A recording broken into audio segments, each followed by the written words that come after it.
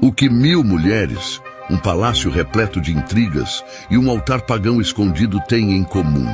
São as peças de um quebra-cabeça que revelam os segredos mais sombrios de Salomão.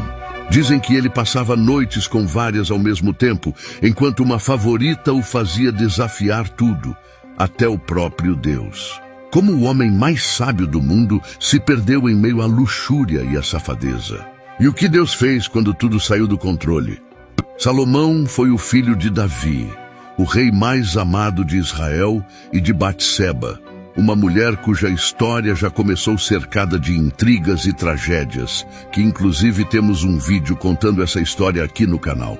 Já Salomão foi escolhido para suceder seu pai no trono. Salomão herdou um reino forte e unido, mas também um peso enorme: ser o homem responsável por liderar o povo de Deus. Ele não era um guerreiro como Davi. Era um visionário, um estrategista, alguém destinado a levar Israel ao auge de sua glória. Certa noite, Salomão teve um sonho. Não um sonho comum daqueles que a gente esquece ao acordar, mas uma visão divina. Deus apareceu para ele e disse: peça o que você quiser e eu lhe darei. Agora pare e pense, se fosse você no lugar de Salomão, o que pediria?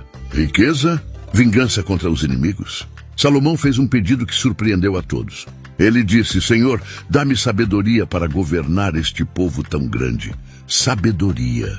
Ele podia pedir tudo, mas escolheu algo que beneficiaria os outros. Deus ficou tão impressionado com a humildade do pedido que não apenas deu sabedoria a Salomão, mas também prometeu riqueza e honra como nenhum outro rei jamais teria.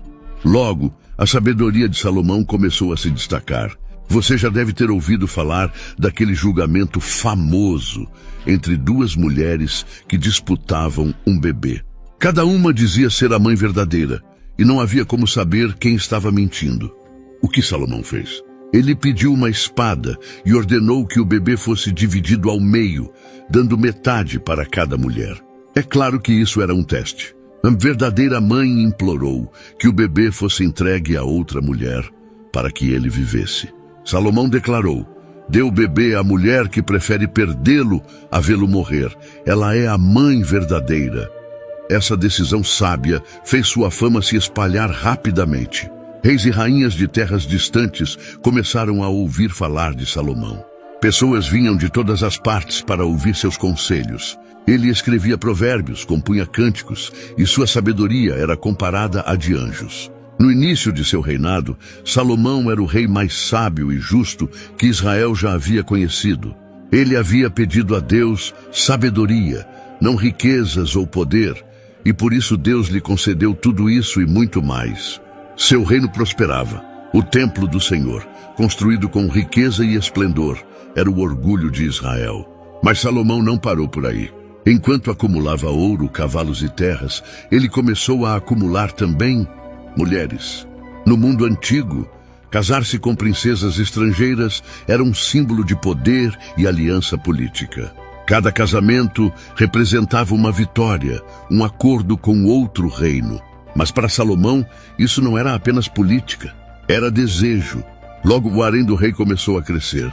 Havia mulheres de todas as partes: moabitas, amonitas, sidônias, hititas, egípcias. Cada uma trazia sua cultura, suas tradições e seus deuses. A Bíblia nos conta que Salomão tinha 700 esposas e 300 concubinas. 1000 mulheres, 1000 relacionamentos. Agora pense, como seria a vida dessas mulheres? Muitas provavelmente nunca viam Salomão. Algumas esperavam semanas, talvez meses, por um momento de atenção. Outras, mais favorecidas, eram cobertas de joias e tinham posições de prestígio. E o que acontecia quando elas competiam entre si? O harém se tornava um campo de intrigas e rivalidades. Cada mulher queria ser a favorita, a mais importante, a que teria a atenção do rei. E Salomão, ele estava no centro de tudo isso, cada vez mais entregue à luxúria. As festas no palácio eram extravagantes. Comidas, músicas, danças. Mulheres dançando para agradar o rei, tentando ser notadas. A luxúria se tornou uma obsessão. Mas essas mulheres não vieram apenas com sua beleza. Elas também trouxeram algo que começou a mudar o coração do rei: seus deuses. Salomão, o homem que havia construído o templo do Senhor, começou a construir altares para as divindades estrangeiras. Altares para agradar suas esposas. O Deus de Israel havia advertido claramente contra isso. Salomão sabia, mas o desejo falou mais alto. O harém, que deveria ser um símbolo de poder e glória, tornou-se o começo de sua queda. Deus havia dado a Salomão mais do que ele poderia imaginar, mas o rei estava se perdendo nos próprios desejos. E o preço por isso seria alto, muito alto. Acumular riqueza e poder já era o bastante para muitos reis. Mas para Salomão não, ele queria mais. E sua obsessão por mulheres se tornou uma extensão de sua sede por controle e prazer. No início, os casamentos pareciam estratégicos, mas logo eles se tornaram algo muito mais sombrio. O harém de Salomão era muito mais do que uma coleção de esposas. Era uma demonstração de poder. Cada nova esposa representava uma aliança, um pacto político que fortalecia o reino de Israel. O casamento com a filha do faraó do Egito, por exemplo, simbolizava uma relação que nenhum outro rei israelita havia alcançado. Uma aliança direta com uma das nações mais poderosas do mundo. Mas com o tempo, Salomão deixou de ver suas esposas como alianças e começou a tratá-las como troféus. Para ele, cada mulher no harém era uma prova de sua força, de sua capacidade de conquistar tudo o que desejava. O desejo, que no início parecia controlado, começou a se tornar uma obsessão. Imagine o palácio real, com alas inteiras dedicadas às mulheres do rei. As esposas mais nobres ocupavam as áreas mais luxuosas, enquanto as concubinas dividiam espaços menores, esperando o dia em que talvez fossem chamadas pelo rei. Cada mulher era única, roupas exóticas, perfumes caros, adornos que refletiam suas terras de origem. E Salomão, envolto em tudo isso, ia de uma para outra, como quem coleciona objetos preciosos. Mas a luxúria nunca satisfaz. Quanto mais Salomão buscava prazer, mais ele sentia a necessidade de ter algo novo. Ele passou a trazer mulheres não apenas de reinos aliados, mas também de povos inimigos, mulheres que adoravam deuses estranhos e seguiam costumes proibidos pela lei de Deus. Então, algo começou a mudar dentro dele. Salomão, que tinha sido escolhido por Deus, começou a se afastar do Senhor.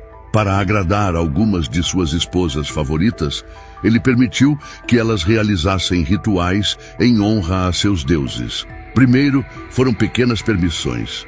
Depois, ele próprio ordenou a construção de altares pagãos dentro de Israel.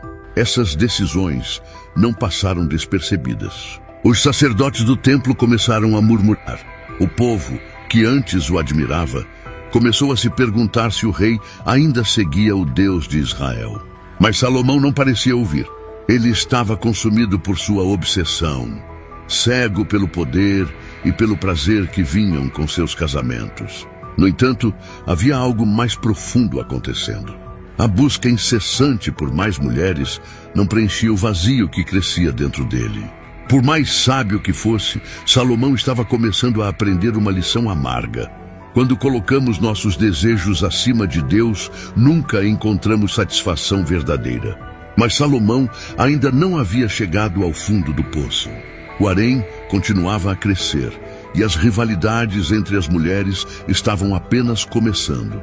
O rei, que antes era visto como o exemplo de sabedoria, estava lentamente se tornando prisioneiro de sua própria luxúria. E o que aconteceu depois? As intrigas no harém iriam revelar o quanto Salomão havia se perdido. Em meio a 700 esposas e 300 concubinas, uma delas se destacou. Ela não era apenas mais uma no harém. Essa mulher conseguiu algo que ninguém havia conseguido: capturar o coração de Salomão de uma maneira que o levou a tomar decisões que abalariam seu reino para sempre. De todas as mulheres que habitavam o harém de Salomão, havia uma que o fascinava mais do que qualquer outra. A Bíblia não menciona seu nome, mas podemos imaginar a intensidade de sua presença. Talvez fosse sua beleza, talvez sua inteligência, ou até mesmo